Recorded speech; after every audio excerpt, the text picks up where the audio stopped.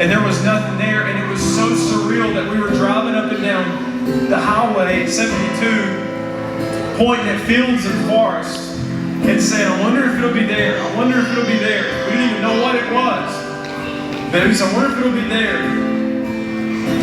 I was working at Tisch County High School, and I would stand every single time that I walked through the door, every single day. Before I walked into my building, I would stop when I got to the door, and I would look across the highway 72 to the south side, and I would just stop. I would look at it, and I would have a conversation with the Lord every single day.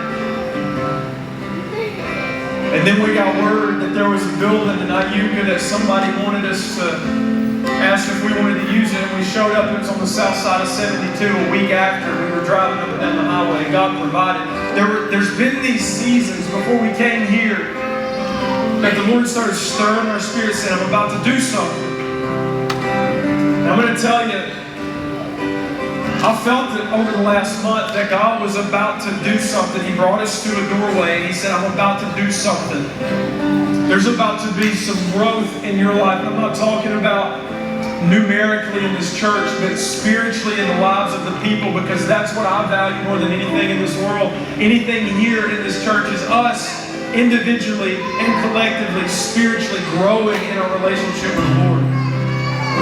And I've been feeling it in my spirit, and I've been knowing it. I went to youth camp, and then I came back last Sunday, and I knew this, that God said there's about to be some exponential growth in this place. And I thought that it was going to be in the fall. I really did. In my heart and in my mind and my reasoning, I thought, okay, it's going to be in the fall that there's going to be some growth that takes place here, and there's going to be another level of intimacy that we get into. And then last week when I came and I was seeing just the Spirit of God work through these youth, the Lord told me, He said, Seth, it's here. It's happening now. It's not going to be in the fall. It's going to be right now. Fall's already begun. And then I got here this morning.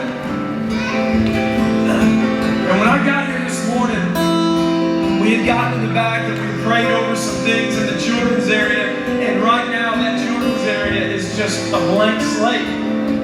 We've been waiting on the funding, we've been waiting on the time, and we have 2 years, one more year that we can have to get it ready. But we've been working on everything else, and a third of our building we're not even using right now because it's going to be our children. We're praying over it, seeking the Lord's direction over it. And this morning, with Katie and Kayla, we went back in the back and we were praying over pencils that we're going to send the students, and Kayla will share more about that with you later. But we were praying about those things. We were praying over it. I felt the Spirit of God so strong. And I came in the doors in the back. I went walking through the back. And it wasn't that I had some conversation with anybody or anything. I just broke down with the Spirit of God over this place. And He had brought me to a doorway before service this morning. And He said, Seth, we're about to enter into places that you didn't dream, you didn't know existed.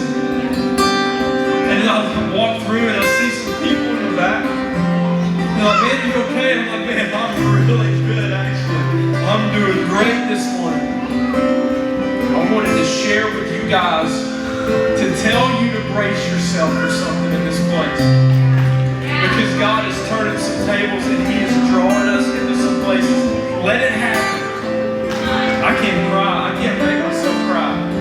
I wish I could. But this morning, He's just opened up the floodgates and He said, I'm about to love on you guys in this place.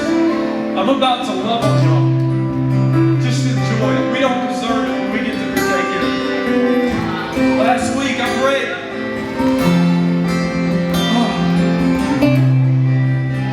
And I asked God on my way to work on Thursday morning, I said, God, we've got this building over here. If you want it, and I've been telling God, we need to sell that. We need to sell that building. Bring somebody along. And I prayed, and I said, God, I'm going to stop telling you what you need to do with your stuff. If you want us to sell that building, send the right person along that you want to have it, that will further your kingdom. But if you don't, provide what we need for this one. We need to get in that kids area. That was Thursday morning. I was Thursday morning at 7:40. I get to work. We're having a fire drill at work, and it's 10 o'clock in the morning. And I got a phone call from a man, and he said, "Hey, I've been watching what God's doing at the Station Church. I want to get up with you." The next night, I got up with him at the Outpost. I went to the Outpost. A guy that he's from Collierville, man of the faith. He's never stepped foot in this building right here before in his life. He said, "I've been following along the journey over the last 7 years, what God's been doing in the Station Church and what He's doing right now. And I don't know why, I don't know any details about it, but I know that this is anointed." And he handed me an envelope. And I don't know if you realize this, but this is no small task, what God's doing. And I know this too. Johnny said it last week. If you don't do it, what God's called you to do, then these kids will. And I've emphasized to you guys, and Blake has expressed over and over, if the church is not faithful, we don't need your money. I don't benefit from you tithing. This is something that we give back to God. It's all His. And if we don't do it, if we're not faithful, then He will provide some other way to provide. A man that has never stepped foot in this place handed me an envelope, and with it, we're going to be able to pretty much cover most of the costs for our children's area.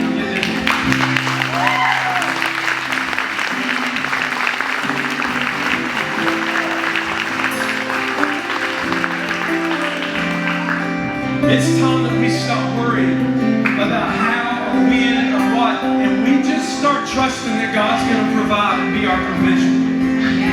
And in this room, look, He'll do it in those kind of ways, but look, I'll be honest with you, monetary things, that is like the bottom end of the totem pole for me.